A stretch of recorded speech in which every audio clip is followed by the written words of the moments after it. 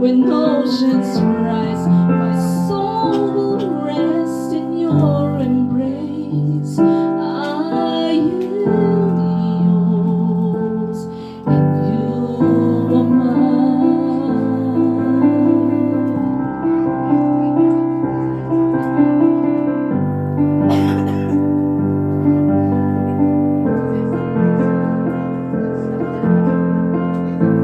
Your grace abounds with deepest waters. Your sovereign hand will be my guide. Where feet may fail, with fear surrounds me. You never failed, and you won't start now. So I will call upon your name and keep my eyes above the waves. When oceans rise, my soul will rest in your embrace. For I am yours, and you are mine.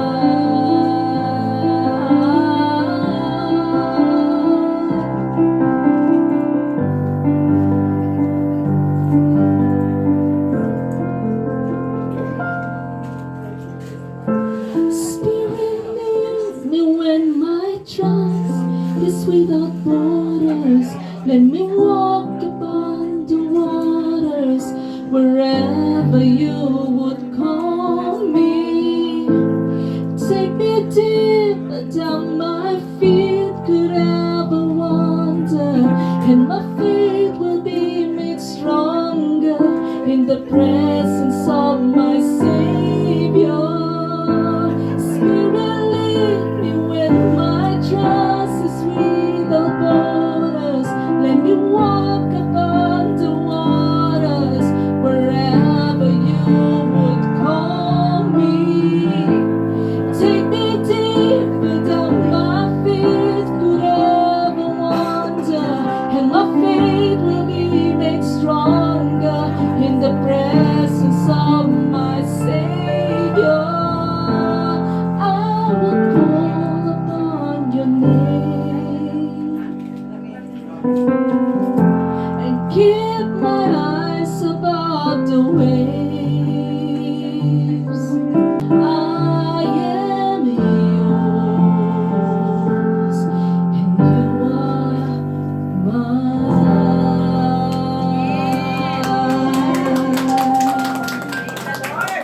Praise your Lord Jesus.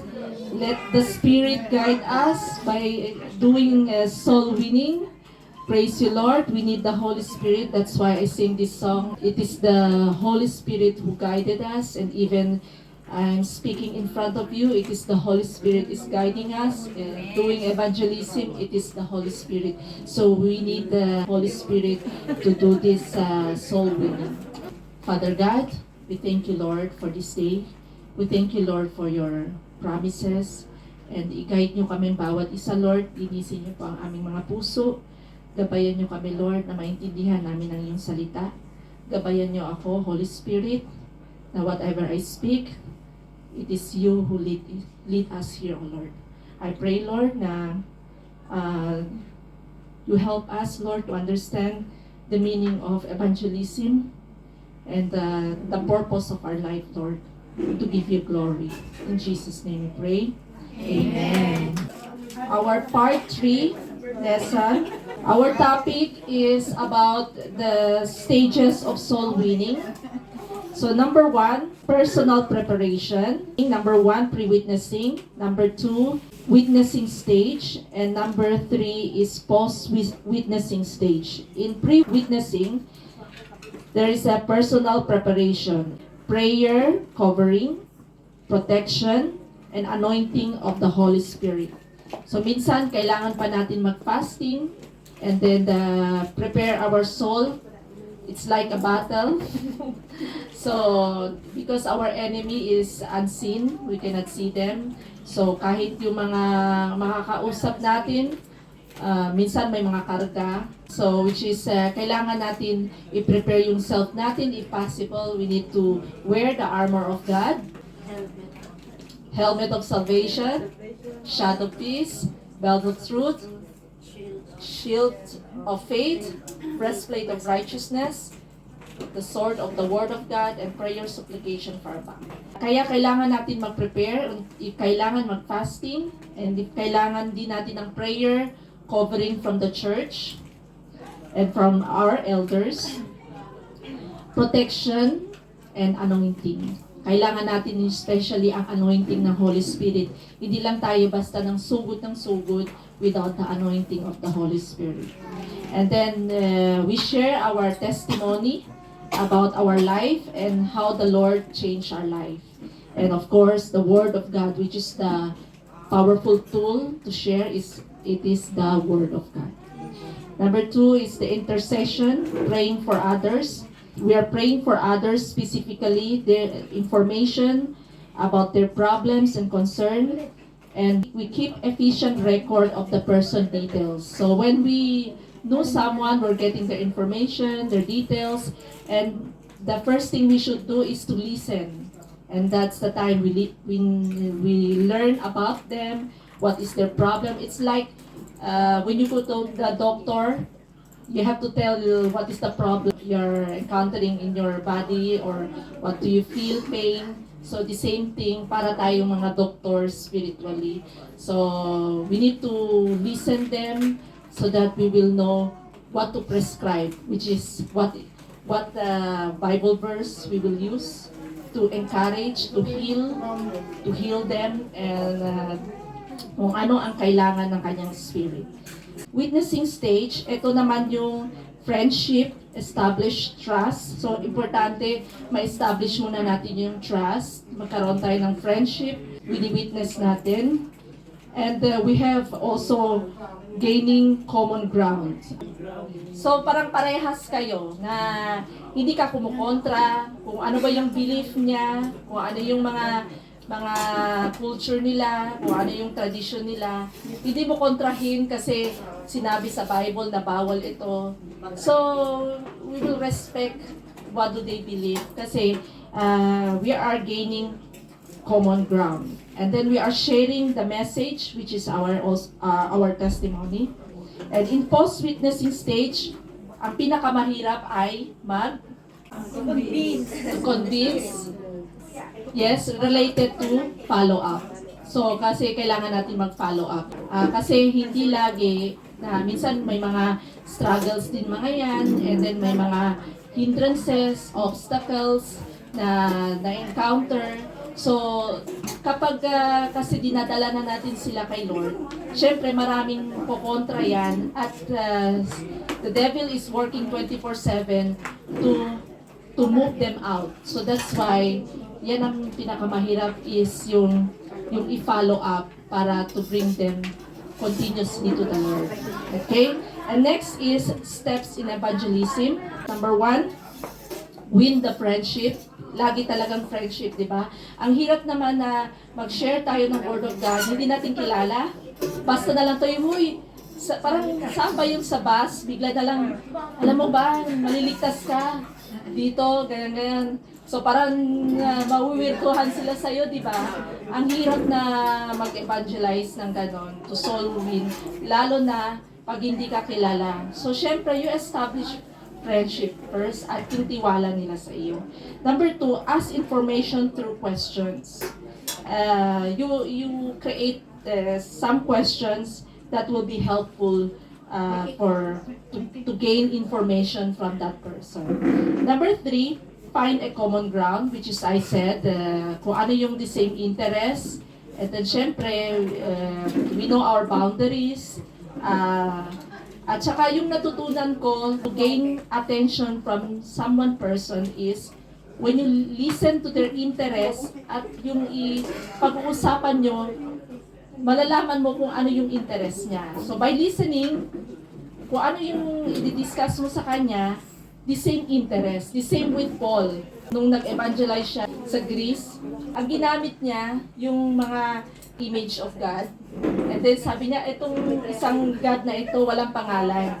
Diba? So, ginamit niya ang common ground. And next is, number 4, ask a thought-provoking and honest question. Example, what if kung mamatay ka na ngayon, saan ka pupunta? Ready ka na ba? Haharap sa Diyos? At tingin mo, sigurado ka sa langit ka pupunta? So this is a provoking question, but it's honest question, right? So it's a straightforward. Number 5, share your testimony. Of course, the powerful din ang pag-share ng testimony, how the Lord changed your lives, how the Lord bring you miracles in life that is supernatural happen in your life. Which is, ang dami kong baon yan. Alam ni ate yan. Kaya, praise to the Lord. Ipunin nyo lahat yung mga testimony nyo, how the Lord moved in your lives. Okay? Number 6, share the gospel, good and bad news. Ang maganda kasi pag nag-share tayo ng Word of God, gospel, unahin muna natin yung bad. Yung ibabaksak mo muna sila. Iparamdam nyo muna sila na baksak, wala ng hope. Oo, di ba? Na ito tayo, kadumi. But, pero ang good news, meron good news. Yes, through Jesus Christ, nalinis tayo at naligtas tayo. Diba? Ganun. So, number 7, lead the person to a point of decision by accepting the Lord as Savior. And number 8, pray that person. Kailangan natin ipag-pray after we ask Him to accept the Lord Jesus. We pray for that person. And number 9, assure him of a new life, the child of God. That's why it's called born again. So, we are not saying born again is a religion. It is a new life. Yung dating ikaw ay magnanakaw, ngayon hindi na. Yung dating ikaw ganito, ngayon hindi na. That's a new life and that's called born again. Number 10, give instruction for a new believer.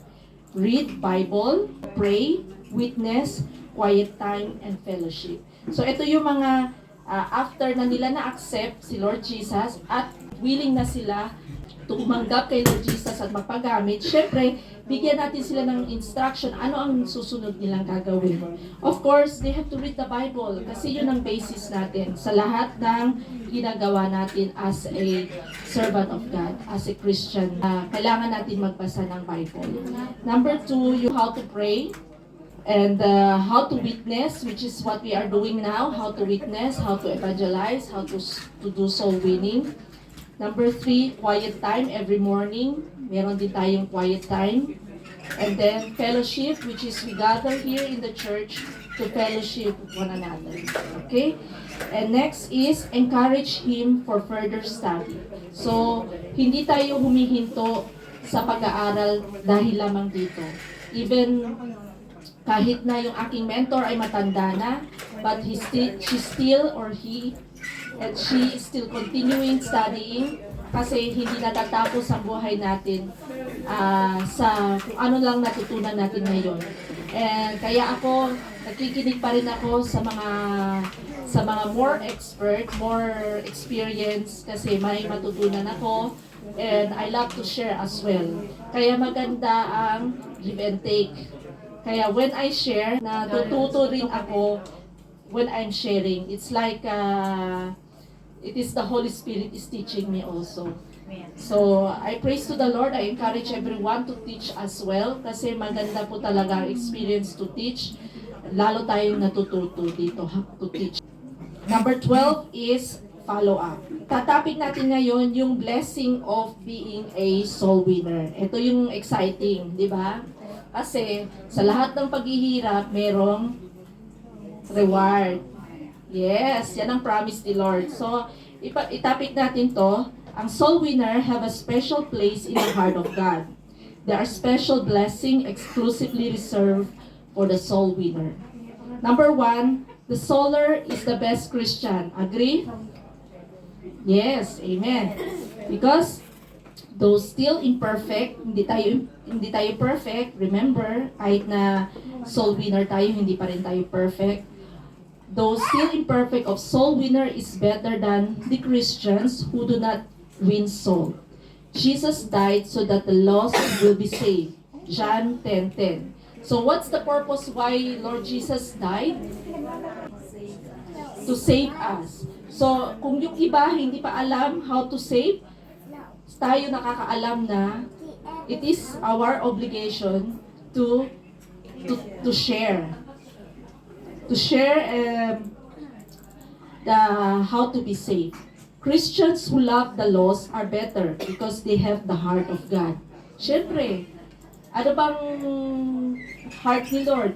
Is yung aim niya, yung purpose niya is to save us, di ba? So, kung parehas kayo ng goal as a Christian na to save others, and yan din ang goal ni Lord, you have the same heart with the Lord. Amen? So, number 2, the soul winner has a special awareness and fellowship with Christ. He has a higher degree of joy, peace, comfort, assurance, which not fruit-bearing Christians don't have. Agree? Imagine, if you are a soul winner, you have joy, you have peace, you have comfort, you have assurance, because you know what you're doing is to give glory to the Lord. Diba?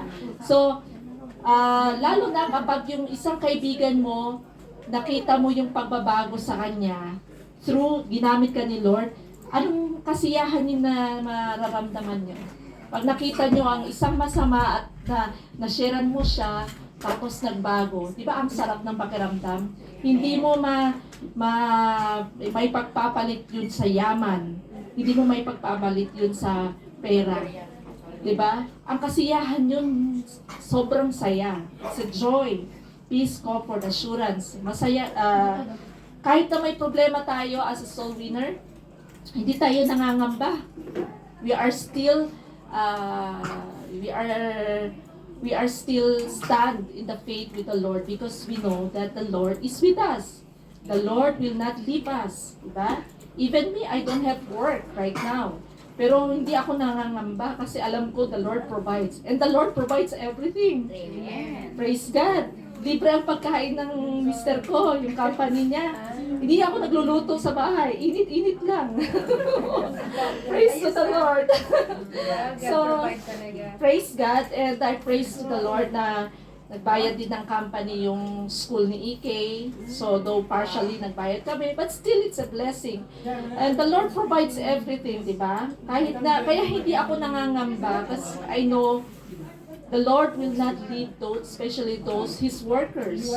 Tayo mga workers tayo, mga servant ni Lord, hindi niya tayo pababayaan, kaya hindi ako nangangamba. Amen? Praise God. Number 3, the soul winner promise a special cleansing for more fruit-bearing by helping a soul know Christ. God is honored and help the soul winner live a clean life in Psalm 23:3. Usually, a soul winner is careful of his testimony that no one is not. They are often protected from temptation. He purges to bear more fruit. Churches who are not strong in soul winning have many backsliders. So, itong ibig sabihin nito, tayo mga soul winner, meron tayong special cleansing. Mas lalo tayong aware to avoid temptations.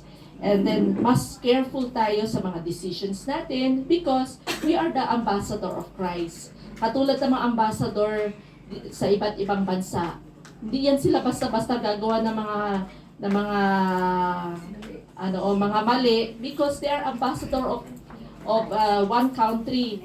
Kasi masisira ang pangalan ng bansa na yun. Katulad tayo, mga ambassador din tayo ni Christ. So we are more careful of our mga pananalita natin, on how we react sa isang situation, mas lalo tayong careful. And kapag may mga temptations, mas lalo tayong careful on how to deal with these things. Kasi alam natin, hindi ang mapapahiya ang sarili natin. Alam natin ang mapapahiya si Lord. So, when you do such things na awful or masira yung pangalan mo, may chance ka pa ba na magka-soul winning? Hindi na sila maniniwala, di ba? So, kasi sira na eh. Kaya mas careful tayo.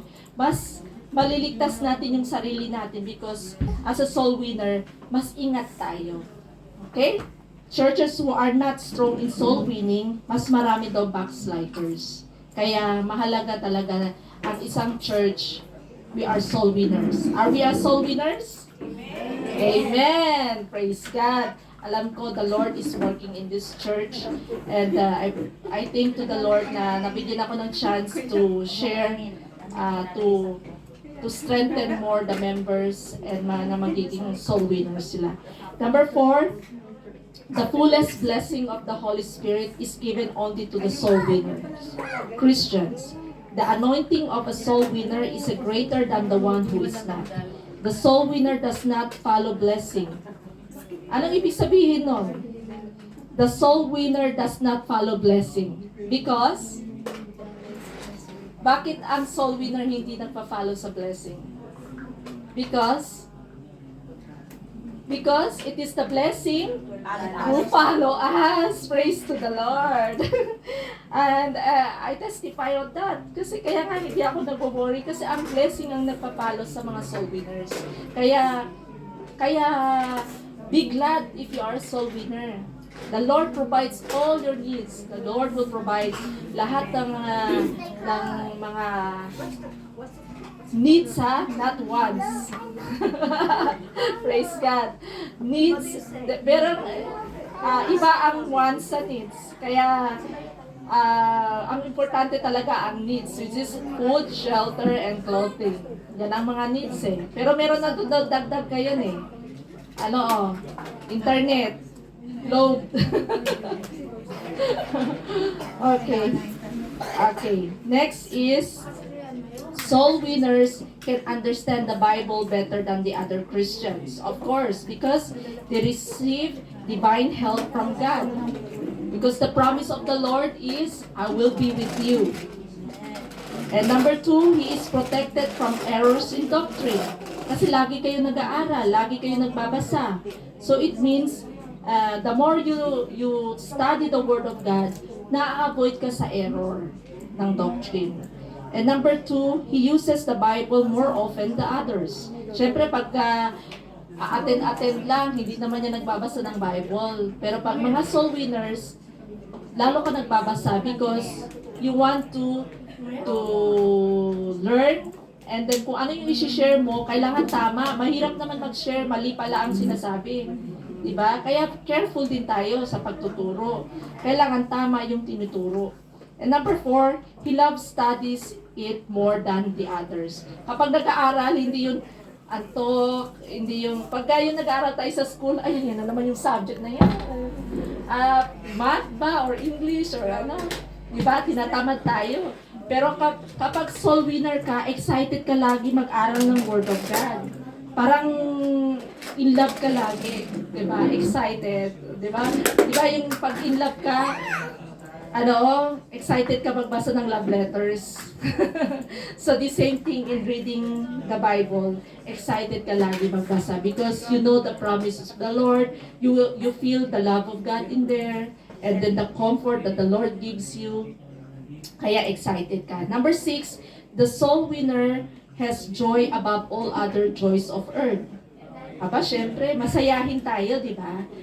Yung ating kasiyahan, hindi nababayaran. Yung iba nga mayayaman nagbabayad pa ng kasama para lang maging masaya. Yung iba, nagiinom. Or ano ba yung ibang bagay na nagpapasaya sa kanila, shopping or ano pang bagay. Pero kahit tayo, walang material things or anything in this world, hindi yun ang katumbas ng ating kasiyahan. Nasa loob ang kasiyahan natin. Kasi I testify din si Emil when nagiinom siya dati. And dito, na ang kasiyahan nandun sa pag-iinom. Pero nung pinagpe-pray ko siya na mawala yun, and by the grace of the Lord, na-realize niya, kapag umiinom, after nun, sakit ng ulo, pero hindi ka pa rin masaya. Nung nakilala niya si Lord, yung kasiyahan nasa loob. Okay? Hindi lang yung sa nasa labas lang. So, praise God. And number 2, he experienced the joy Jesus feels when a sinner turns to Him in repentance. He experienced more, ito yung sinasabi na kanina, na he feels joy when somebody repent. Example, si Alona, may na-share siya sa isang kaibigan niya at nakita niya nag-repent at nag-surrender ang life niya at nakita mo yung pagbabago sa kanya. Di ba ang sobrang saya yun sa'yo, di ba? So the same thing yung sinabi ko kanina. He experienced more answered prayer than others. Napapansin nyo ba? Parang pagka soul winner ka, mabilis ang prayer. Di ba? Praise God. Kaya exciting pag maging soul winner. Parang ang lakas-lakas mo kay Lord. Oo, parang pag na-pray ka, Lord, pahingi naman ito, Lord. Mabilis agad eh. O sige anak, sige. Di ba kapag ang magulang, masunurin ng anak, pag naghihingi, ang bilis magbigay. O sige anak, kasi good boy ka, good girl ka, very good ka sa school. Di ba? Bilis. Parang ganun din si Lord. Mabilis siya magbigay pagka alam niya na masunurin ka at mabait ka sa Kanya. Lalo na pag you are worker of the Lord. Kaya so mga soul winner, malakas ka kay Lord. Ganun yun. And next is, when the fruit of his labor are becoming use of God, the joy is unspeakable. So, ito yung kapag nakikita mo yung ginagawa mo ay nagbibigay-bugay kay Lord at alam mo natutuwa ang Lord, sobrang kasiyahan yun sa puso mo. Kahit na alam mo na minsan parang ma-judge ka ng iba yung ginagawa mo, parang walang kabuluhan. Pero alam mo na ang nagpapasaya doon ay ang Panginoon. Sobrang kasiyahan yun na sa loob ng ginagawa mo. Hindi yun mababayaran ng kahit na anong pera, di ba? Kaya yung mga ibang compassion to serve the Lord, it is their joy to serve the Lord. It is because they know the Lord is natutuwa si Lord sa kanila. Alam nila na natutuwa ang Panginoon what they are doing. They are not doing it to please people. They are not doing it para magpakita ng tao na ay tumutulong siya at gumagawa siya ng mga charity. Hindi yun eh. Kasi yung iba nagpo-post pa, nagpipicture-picture pa para mag-post na tumulong ka.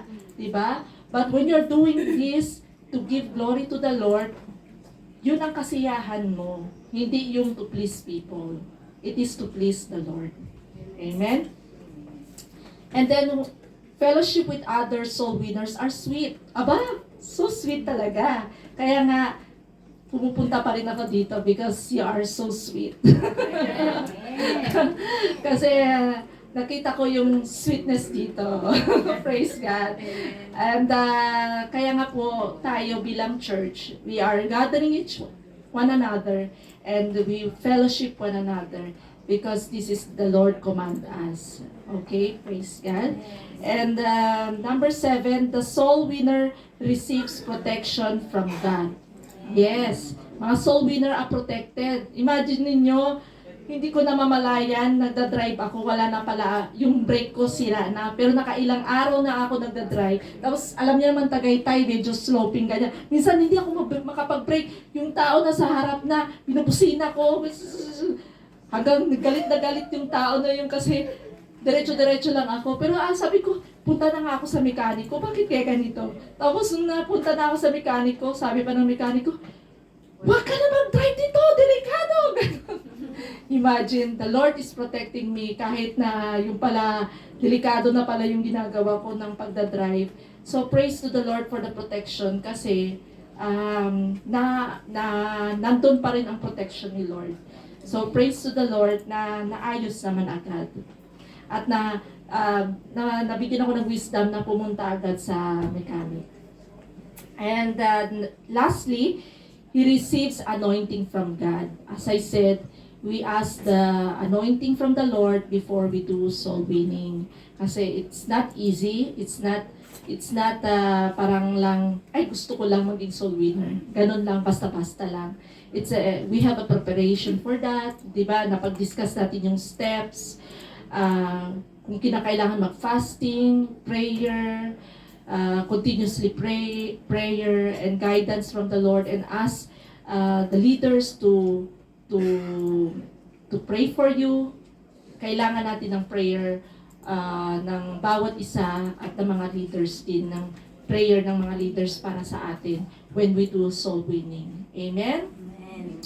I-discuss ko lang po yung how to approach sa soul winning. Ito yung kailangan natin malaman.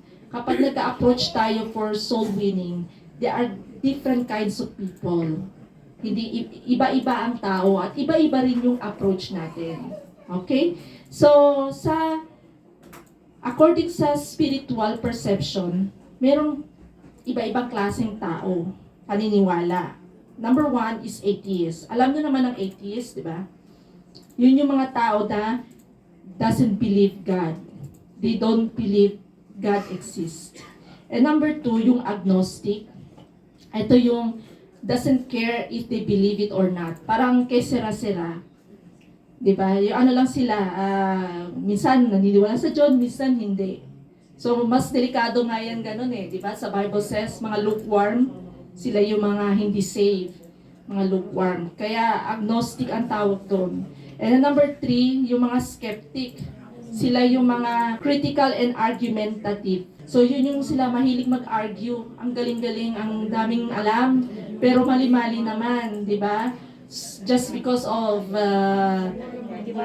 may narinig or knowledgeable, sa sobrang talino or something, ano yun eh, mas ano sila eh, nagmamarunong ba? Yung ganon. Pero hindi pala guided ng Holy Spirit, kundi knowledge lang. Iba kasi yung wisdom and knowledge. Kaya nga si King Solomon, ang hiningi niya kay Lord, hindi knowledge eh. Ang hiningi niya ay wisdom. That is why the Lord bless him more abundantly. Kasi wisdom ang hiningi niya. Okay? Number 4 is Gnostic. Ito yung mga remnants of the Gnostic group religious spirit. Ito yung mga grupo, Gnostic, spelling Gnostic. Ito yung mga grupo that they claim with a special power. Material nila is always evil and spirit is good. So, lahat ng nahawakan ay evil. Kaya yung iba, namumundok. Kaya nagkaroon ng ermitanyo. Yung mga iba may ermitanyo, di ba? Yung iba naging monks, mongha. So sila yung mga Gnostic. And marami pang mga bagay na example ng Gnostic. We can research further about these people. Yung may mga anting-anting, sila yan, mga Gnostic na yan. Marami tayong ganyan sa Pilipinas, di ba, Te? So, yung isa naman cultic. Ito naman kulto. So, those who are deceived by the false cults, those who are avid on what they believe, influenced by the spirit of deception. Ito yun, binabago nila ang doctrine. So, ang interpretation nila minsan, sa isang verse na Bible, yun na ang sasabihin nila, yun na ang meaning.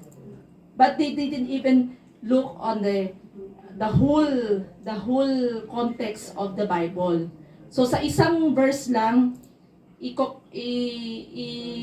interpret na nila as per they believe, without knowing the whole context, without knowing who is the author of that the verse that have been written in the Bible. Kanino yung sinulat, at ano ang purpose kung bakit sinabi yun. Basta na lang nag-interpret, ay ganito. Kaya, nagiging kulto ang isang church kapag nag-interpret ang isang Bible na hindi pinag-aralan ng maigi. Kaya we have to recognize ang teaching ng mga cults. There are many examples, cults, churches in the Philippines. So, kailangan, even in the world, maraming cults. So, kaya, it's another topic about cults. So, I will not discuss here. I'm just sharing to you mga different kinds of people in spiritual perception. And the other one is a different level of spiritual deception. Ito yung mga iba-ibang klaseng level of spiritual. Number one is cultivated. Ito yung stage when a person is actually being sown by the gospel. It's either he will keep it or lose it. Sila yung mga na-share na ng Word of God, but it's their choice if they want to keep the Word of God or not. Ito yung mga cultivated, na-share na ng Word of God. Number two, enlightened. When the person begins to perceive and see the truth, they are starting to perceive their conviction. Ito yung nag-understand na sila ng Word of God, pero wala pang decision. That is enlightened. Na-enlightened pa lang sila. And number three, persuaded. Ito yung third na klase ng tao, persuaded. Ito yung mga tao, person actually believes now, but his belief is more of intellectual accent.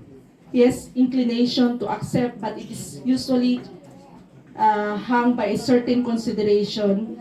Example, another crucial stage ito, natanggap na nila, the person believes now, pero hindi pa decided, without will yet. Hindi pa sila nag-will na, di ba nung tinanggap nyo si Lord Jesus, nung bago pa lang kayo, pero minsan parang hesitant pa kayo na ituloy or not. So hindi pa kayo sure kung mag-will kayo or gagawin nyo ba or hindi. Katulad ako, naging Christian ako after 10 years pa. Ginamit ako ni Lord. So parang nakikinig-kinig lang muna na hindi pa talaga convicted. Persuaded pa lang. Yung marang nakinig, nagbasa, pero hindi pa talaga siya ginagamit ni Lord. Okay? Number 4 is convicted. Ito yung person na it's not only convinced and persuaded, but it is ready to act on it. Willing na to do action. His will and emotion are ready prepared. A point of decision is necessary. Ready to fight. So, ano na siya, prepared and well-trained na, and then yung puso niya ay ready na. Okay? Naintindihan po yung apat na klase ng, ano na to actually, na-share na ng Word of God. Saang stage po tayo dito? Lahat ba ay convicted na? Amen. Amen! Praise God! So, next is, ano yung mga types of responses? Ito na yung last topic natin for this evangelism. What are the types of responses? Number 1, indifferent people. Number 2, contained and accomplished. Number 3, argumentative. Number 4, self-righteous. May kilala kayo, self-righteous. Number 5, interested. Number 6, sincere doubters, like Thomas. And then next is persuaded but undecided. Number 7, I know it all attitude. So ito yung mga 7 klaseng tao na ma-encounter natin, at iba-iba kasi ang approach sa kanilang na iba't ibang klase ng tao. Okay? So number 1, alamin natin kung anong ang indifferent people. Anong characteristic ng tao ng indifferent people? Sila yung mga hostile type, they build walls, defensive, untouchable, may mga past experience, bad past experience, that hinders them to share the word. Sila yung mga defensive, di ba? Na-encounter nyo ganon, sila yung mga indifferent people. Kasi mahirap silang i-sharean kasi untouchable. They build walls. Parang iwasan ka. Diba? So, ano yung approach? First is, friendship is a must. Talaga. To establish rapport and confidence. Okay? So, number 2, watch for your words and attitude. Show a big difference of the evidence of the gospel in your life. Kailangan talaga, minsan, action speaks louder than words. Maipakita talaga sa buhay mo that the Lord is in your life through action talaga. Mahirap na kasi na maraming Kristiyano pero hindi nakikita sa buhay. So, kailangan maipakita muna natin, set a good example. Kasi mahirap din mag-set a good example, lalo na hindi tayo perfect. But the Lord's grace will help us to correct our mistakes. Kahit na hindi tayo perfect, lagi tayo mag-humble kay Lord to help us correct our mistakes. Amen? Number 3, indirect approach is necessary. Practically, kindness is necessary. Minsan, hindi mo pwede i-approach itong klaseng taong, itong different people sa direct approach. Kailangan sila indirect. Yung hindi mo siya ipahalata that you are sharing. Hindi mo niya namamalayan na you are already sharing with him. Hindi ba obvious? In short, di ba? Kailangan maipakita mo yung kindness. Kung kailangan mabigyan mo ng something, o ito, alamin mo kung ano yung gusto niya. Alamin mo kung ano yung mga weaknesses niya, yung mga ganun. So, it's like you need to learn about that people, kung ano yung gusto niya, weakness niya, to gain trust and friendship. Ganun. So, number 4, be decisive and pray more. So, kailangan tayo mag-pray talaga. If you're really decisive to that person, continuously pray for that person. Nothing is impossible. Hindi yan magic. Continuous po yan. Ganon din ang ginawa ko kay Emil. Sobrang tagal pa. Pero hindi talaga ako sumuko. Praise to the Lord. And number 5, never show intimidation. Hindi natin pinapakita na may intimidate sila sa atin. Lagi tayong humble and always show kindness and goodness sa buhay natin para magiging approachable tayo. Madali tayong i-approach. Number 6, a touching song may prepare his heart. Kaya lagi po ako kumakanta, kahit hindi po ako singer. But the Lord changed my voice. I don't know how. Na-share ko na sa inyo, nagkaroon ako ng bukol, di ba? But when I said to the Lord, Lord, tanggalin niyo po itong bukol, kakanta ako sa inyo. And the Lord removed that bukol on the spot. Kaya kahit saan po ako kumakanta talaga ako before I teach. Kasi ito po yung nag-prepare ng heart of the listener to accept the message. Okay? Number 7, once gained ground, persecute the gospel naturally and clearly. So, makakapasok na tayo. Okay? So, yan yung approach natin sa mga indifferent people.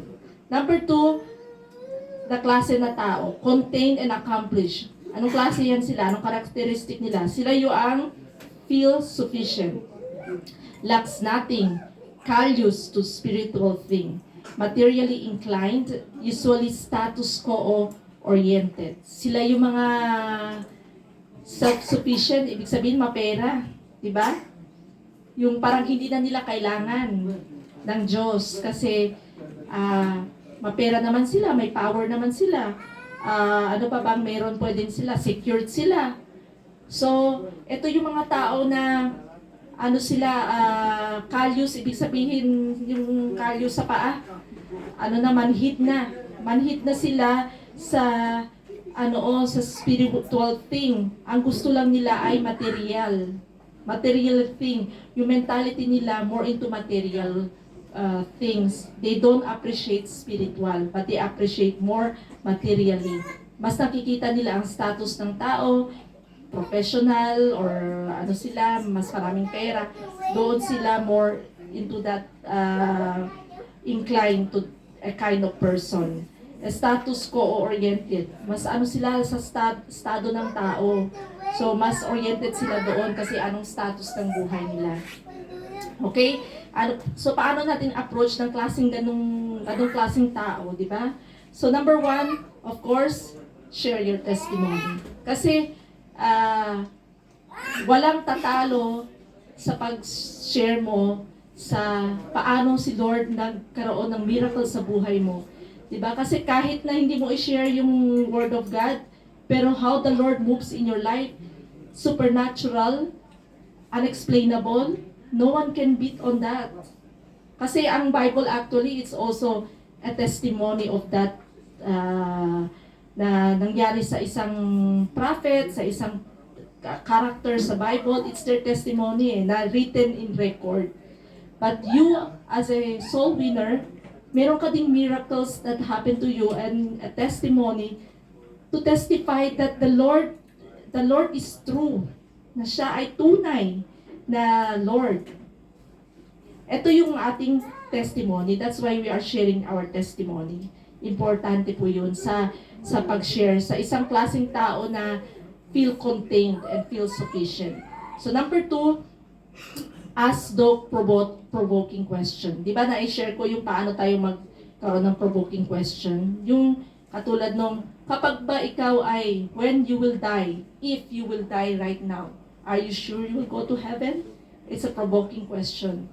Are you ready to face the Lord? If the Lord will ask you, what have you done on this earth while you're living? Are you ready to speak it up? Are you confidently say to the Lord that you do everything to give glory to the Lord? Diba? So, meron isang couples na nagkahiwalay. First time ko na-counsel ang isang couple. Christian sila, but naging backslider sila. Because of some reason, temptation, isa sa kanila. So, gusto na maghiwalay. So, when I speak the other person, I said, what if Christian ka na and you want to give up your marriage? What if you die right now? And the Lord will ask you, what did you do to save your marriage? Ano ang sasagot mo? Kasi po, niloko niya ako, kaya ako, ayaw ko na siyang patawarin. Diba? Ganun ang interaction, natural reaction. So, what do you think? Is it acceptable to the Lord or not? So, sabi pa niya, hindi. Narin na pagtanto niya, to that provoking question na pagtanto niya, na hindi niya kailangan to give up her marriage because of what happened. Kasi the aim of the devil is to destroy the marriage. And kapag ikaw bumigay, it means the devil is successful of his plan para mag-give up mo yung marriage mo. So, through that, ngayon, ang saya na nila. Nagkaroon sila again baby, nasa Amerika na sila. I'm happy for them. Kasi nakinig sila at nakapag-Bible study kami. And ngayon, praise to the Lord, isa siya sa mga viewer ko sa pagtuturo, kasi ginagamit din niya pala itong pagtuturo ko sa pagtuturo niya sa US. Amen. Praise God. Thank you, Lord. Praise the Lord. Yes. Number 3, create a deep need by the slavery of death, materialism.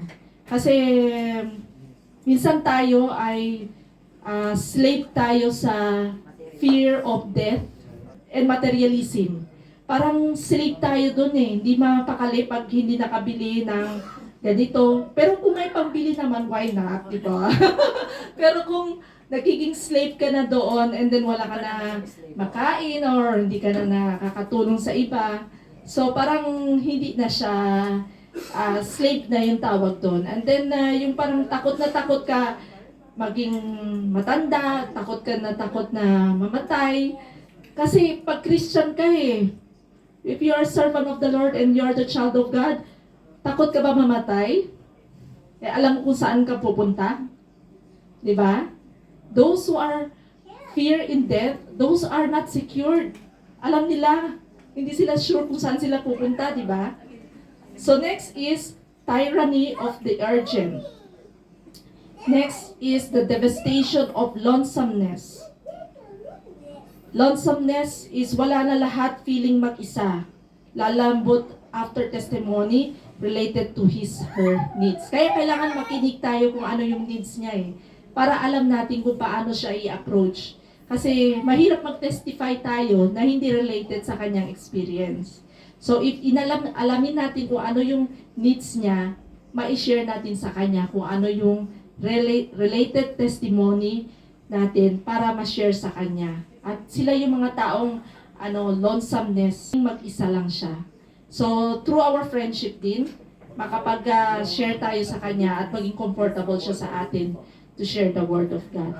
Number 4 is show genuine concern for His lack or real peace. Ito yung mga wala silang peace eh. So, kailangan natin ipakita sa kanila yung genuine concern natin sa kanila na yung peace talaga, ang tunay na peace is through Jesus Christ. And makapag-testify tayo, dati kami, ganito kami, wala kaming peace. Hanap ka ng true love, akala mo yun ang magbibigay ng kasiyahan, yung pala, hindi pala, lalong lumala yung peace mo doon. Sa maling relasyon pa, nakagulo-gulo pa, di ba? Kasi yung maraming mga babae ngayon dahil malungkot sila, mag-isa sila, naghahanap ng mga jowa, para lang feeling nila, hindi na sila mag-isa. But actually, it's not the solution. Lalo palang lalala, di ba? And then number 5 is, pwede tayo mag-share about one passage, the rich fool verses on love of the world of money. So pwede tayo gumamit ng isang verses sa Bible about the passage na that related to her situation. Example, yung love of money, love of the world. So makakahanap tayo sa Bible verse. Number 3, argumentative. Ito yung mga tao na always argue, usually debative and defensive and decisive. Sila yung mga tao na mahilig makipag-argue ganun. Sige nga. Kristiyano na, Mayroon pang Kristiyano na mahilig mag-debate. Kung talagang ganito pa, di ba, gaganon pa, mag-debate.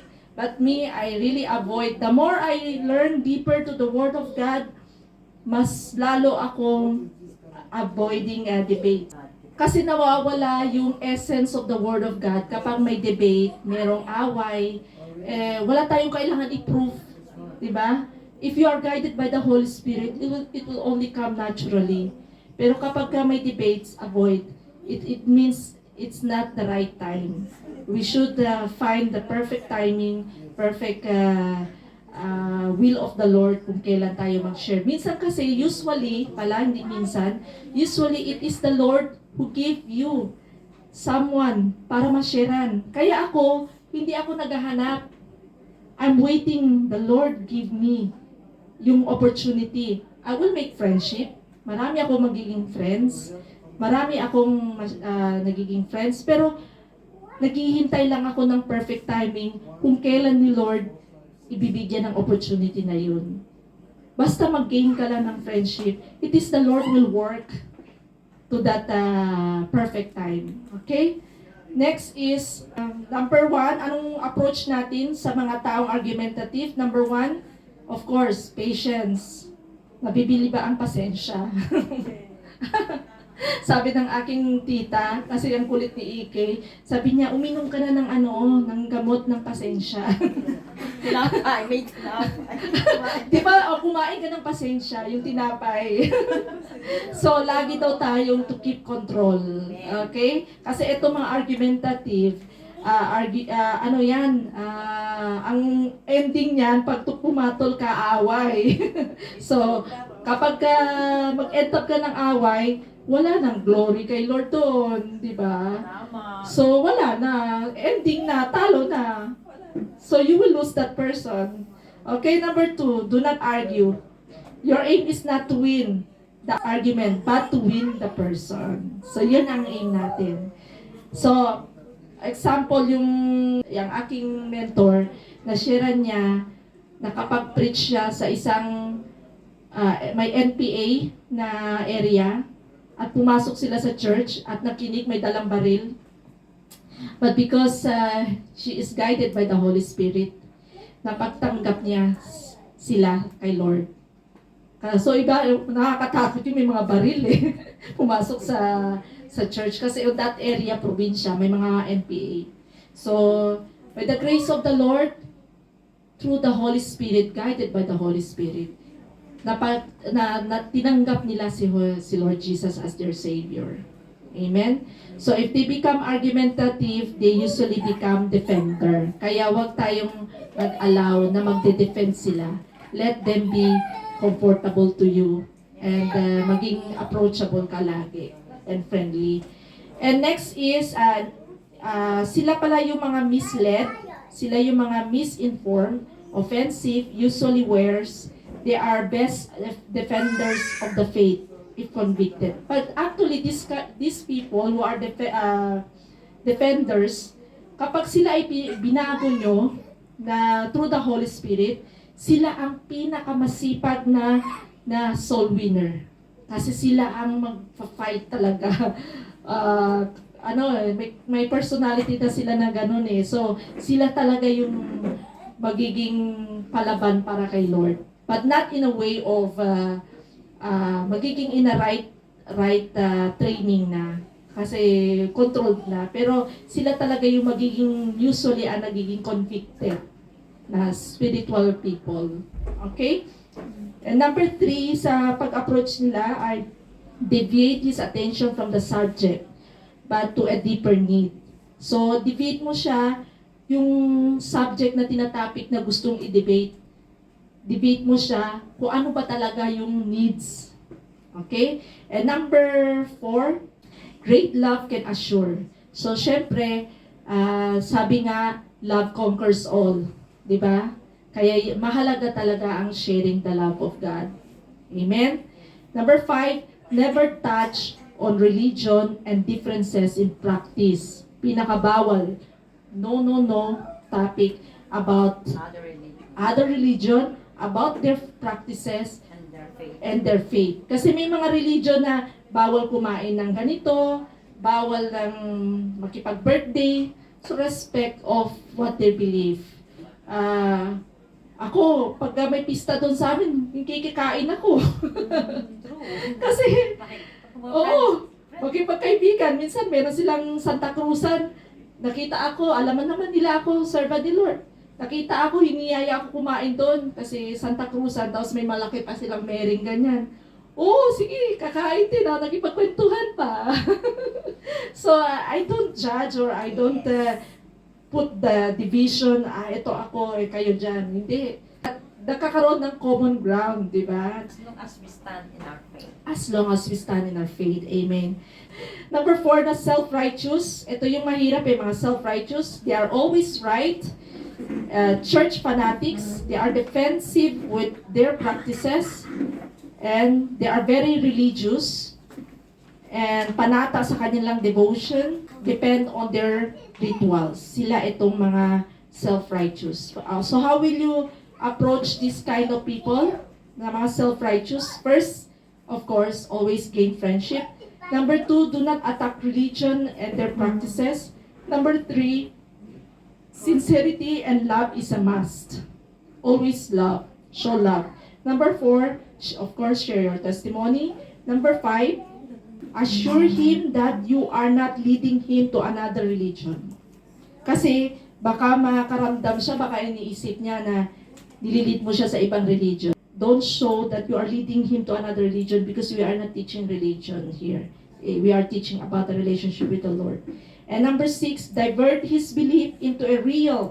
Use passage that will remove self-righteous. Siyempre maghahanap ka ng verses that will help that person about the self-righteous, to remove his self-righteousness. So gagamit tayo ng verses, mag-research tayo and study the Bible, anong verses sa Bible that help him to remove the self-righteous. Amen?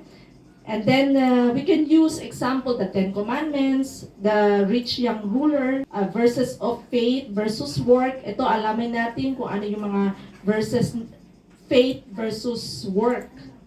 And ito, malalaman natin sa Ephesians 2:8-10, Galatians 3:11, Isaiah 64:6.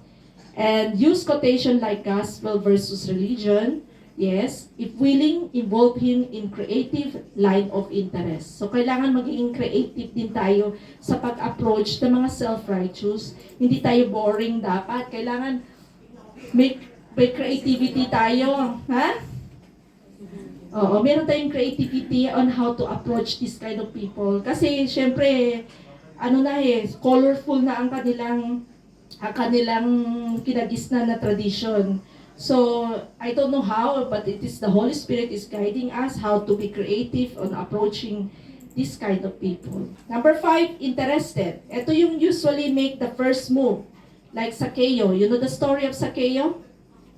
Siya ang kusang lumapit kay Lord at hinanap siya. Umakyat pa siya ng puno para makinig kay Lord. So ito yung mga taong interested. Hindi mahirap dito eh. They are easily respond. So how to approach these people who are interested? Number 1, in case of crusade, or evangelistic meeting, ask why they came forward. So, tanungin siya bakit siya. So, you will know the reason why they are interested. Number 2, review the gospel. Number 3, in case of personal search, assure he can find what he is looking for. Alamin natin kung ano yung kailangan niya. Kasi interested na eh. So, hindi lang din basta-basta lang, kahit na interested ang klase ng tao, kailangan din natin alamin kung ano yung needs niya. And then present the gospel in a natural manner, comment for the interest and courage to continue to fellowship with us. Okay? Ito kasi madali naman siya interested. Pero actually, pagka madali din mawala. 'Di ba? Kaya ingatan din natin yung mga taong madali lang sumama. 'Di ba? Kasi sila din ay madali ring mawala. Okay? Number 6, sincere doubters. Diba, naalala nyo si Thomas? Disciple na siya, pero doubter pa rin siya. So, ito yung usually committed, restless, and many fearful when doubts are solved. They are usually committed ones. Nandyan na nga mga miracles, nandyan na, pero nagda-doubt pa rin. So, ito yun sila, mga doubters. So, how to approach these people, share your testimony, how the Lord moved in your life. Siyempre, marami tayong testimony na hindi tayo nag-give up, hindi tayo sumuko, hindi tayo huminto, kundi lumaban pa rin and continuously faithful kay Lord at until we become victorious sa faith natin kay Lord. Itong mga taong mga doubters, sila yung commend them the sincerity, establish trust in the Lord. Let him read the Word of God, which is the Bible. Answer the doubts by the Word. So maghahanap kayo ng verses related to doubting their faith. So through the Word of God, kasi sabi nga, di ba, the Word of God is the sword of the Word of God. Ito ang panlaban natin talaga eh. Kaya hanap tayo ng verses na related sa mga doubters para palakasin ang kanilang faith. Mawala ang kanilang doubt kay Lord. Okay? Let him read yung word and be sincere to say, do not know the answer to some question, but we will research. Hindi kailangan na alam natin lahat. Diba? Kasi minsan, may tanong sila kasi mga doubters, sila yung maraming tanong. So, pag example hindi mo alam, ang sagot, just simply say, hindi ko alam but I will research it for you and balikan kita. Rather than say things na lalo pa ipapahamak siya at lalo pa maging doubt siya sa kanyang faith. So, maingat din tayo sa pag-share ng Word of God. Kailangan prepared sa pag-share. Kailangan sure and tama. Okay? Number 7 na, persuaded but undecided. Usually have deeper problem with fears. So, may problema sila sa fears. They deliberate how to approach this person. Don't argue. Number 2, give the explicit command. Number 3, put them on a crossroad decision. Use if, katulad ng sinasabi ko yung approach na what if kung mamatay ka na ngayon. Put them on a crossroad decision, use if. Use illustration of people who decided and who did not. So maganda rin gumamit tayo ng mga illustration. Anong example ng mga illustrations? Meron kasing mga stories na related sa Bible, pwede nating gamitin. Like meron sa isang event sa US, isang tao na siya ang taga-sara ng bridge. Ganyan. Diba?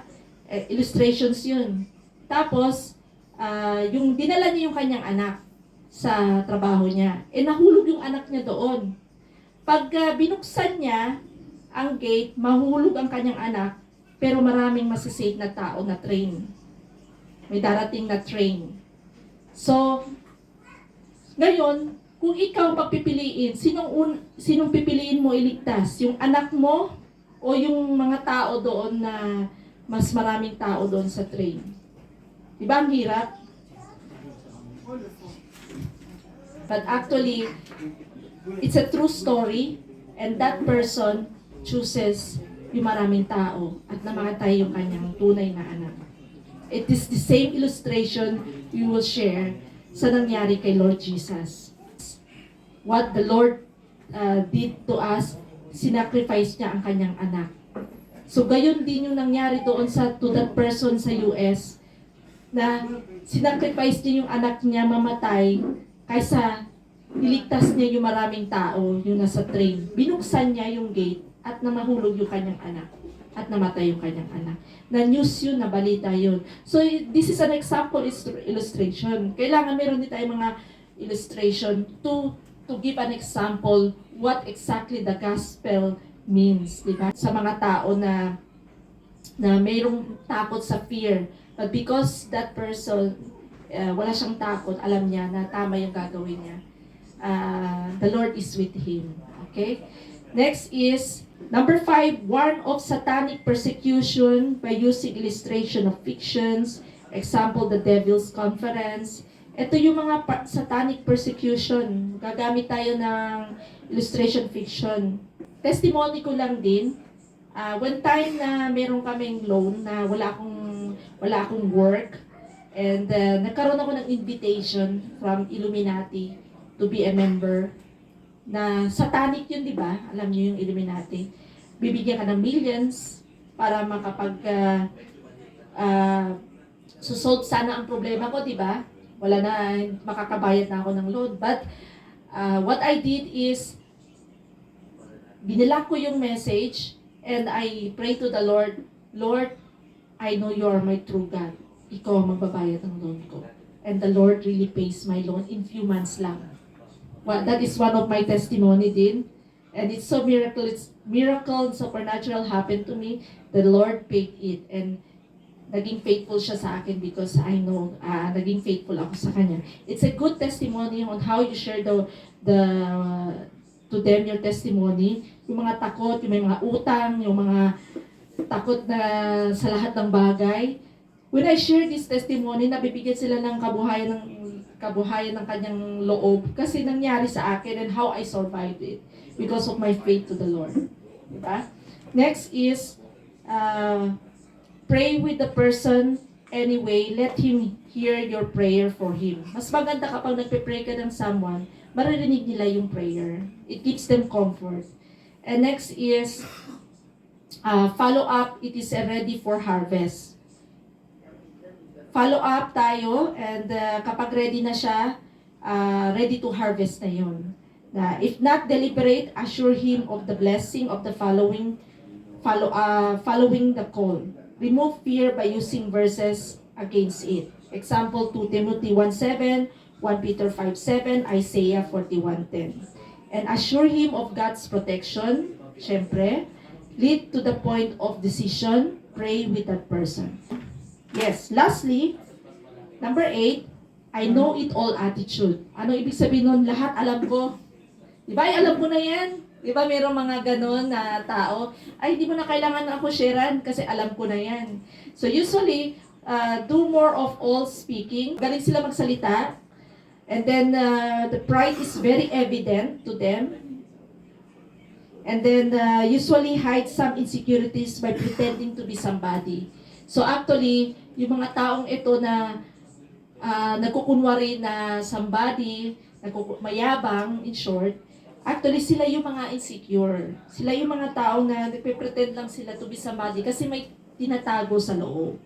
Diba? So kaya, paano natin i-approach ang klaseng taong ito? So number 1, just listen. Hayaan mo sila magsalita. Magkinig ka lang na makinig sa kanya. Bakit ang mga psychiatrist binabayaran sila? Pansin nyo? Makinig lang. Sila ay nakikinig lang, sinusulat lang niya para malaman niya kung ang problema, di ba? Eh, alam mo ba, kapag may kaibigan ka na nakikinig lang sa'yo, ang sarap sa pakiramdam, di ba? So, this is the same thing na tayo bilang mga soul winners, a servant of the Lord, we are taking this opportunity kapag ang tao ay may problema, lalo tayong nakikinig kasi it's an opportunity para mahuwi natin siya by listening. Kasi mapagaan natin ang pakaramdam niya by listening. Okay? And then, if he feeds his ego, just listen. And number 2, do not argue, instead affirm.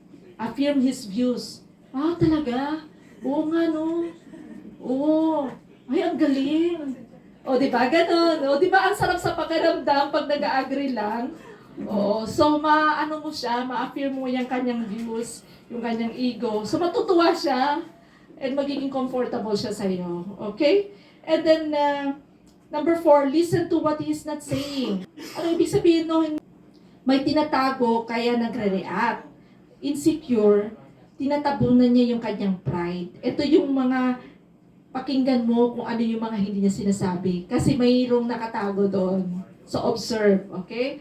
Number 5, ask through provoking question. Like, do you believe that no one is perfect? Example, then provoking question. Kasi kung feeling niya perfect, feeling niya magaling siya, pero pag nag-ask ka ng question, naniniwala ka ba na kahit sino walang perfect? O syempre, ma-wonder siya, di ba? So do you believe in the premise that even a person is well knowledgeable, he still have some things he doesn't know? So pagka sinabi mo, kapag pa ang tao ay napakarunong na niya, tingin mo meron pa kaya siyang hindi niya alam? So ma-challenge siya, di ba? Ay, oo nga, no? So parang ma-realize niya, ay, hindi ko pala. So something, a question, kailangan hit sa kanya. Number 6, challenge him to a possible source of knowledge since he is a person who likes to know things. So, ito-challenge mo rin siya about the source of the knowledge. Yung talino mong niya, ang talino mo talaga, grabe, believe talaga ako sa iyo. O, di ba, affirmation yun eh. Kanino kang galing niyang katalinuhan mo? Di ba? Ita-target natin siya na i-acknowledge na saan galing ang kanyang katalinuhan. Okay? And then, when the time is right, show him the most important knowledge, that is knowing Christ himself, and lead him to a point of decision. So, ibig sabihin, may perfect timing siya paano natin i-share yung gospel sa mga taong lahat alam na niya. He knows everything. So remember, unless the person is brought him low, he cannot need someone. So, kailangan muna natin ipakita sa kanya yung pagbaksak ng tao. Kailangan muna makaramdam muna siya ng pagbaksak bago natin i-share ng Word of God na mayroon palang kailangan din ng isang tao. And pag nalaman na niya kung ano ang kailangan niya, dyan tayo makapasok ang pangailangan natin kay Lord through Jesus Christ. Amen? Amen. Praise God! Amen. Natapos natin ang part 3. Thank you, Lord. Prayer po tayo, ate. Clap our hands for the Lord. Hallelujah, Father, Lord. We thank you and we praise you today, Panginoon. Salamat, O God, sa time na pinagkaloob mo sa amin, O God. Thank you, O God, sa buhay ni Sir Kay, Panginoon, kay Brother Emil, kay Brother E.K., Panginoon. We're praying, O God, na kayo po ang patuloy na mag-bless sa kanilang pamilya, Panginoon. Lord, continue give wisdom to si Sir Kay, Panginoon. Salamat, O God, sa time na ginugol niya sa amin, Panginoon, to share your word, Father, O God. Lord, maraming salamat. Patuloy mo po siyang pagpalain, patuloy mo siyang gamitin, at give her the wisdom, O God, Lord, and continue her compassion, O God, to win souls, Father, O God. At galing po kami, Panginoon, sa mga nakarinig ng salita, O God, about evangelism, Panginoon. Nawa, Panginoon, Lord, kami po ay magkaroon ng eagerness, O God, ng compassion, also to win souls, Father, for you, Father, O God, Lord. Salamat, O God, sa mga salita namin narinig, Panginoon, sa mga blessing, O God, na natanggap namin ngayong araw na ito, Panginoon. We continue, O God, tinataas ka namin at pinapupuri ka namin, O God, sa pangalan ni Jesus. Amen. Amen. So, babalik po tayo sa topic ng women's.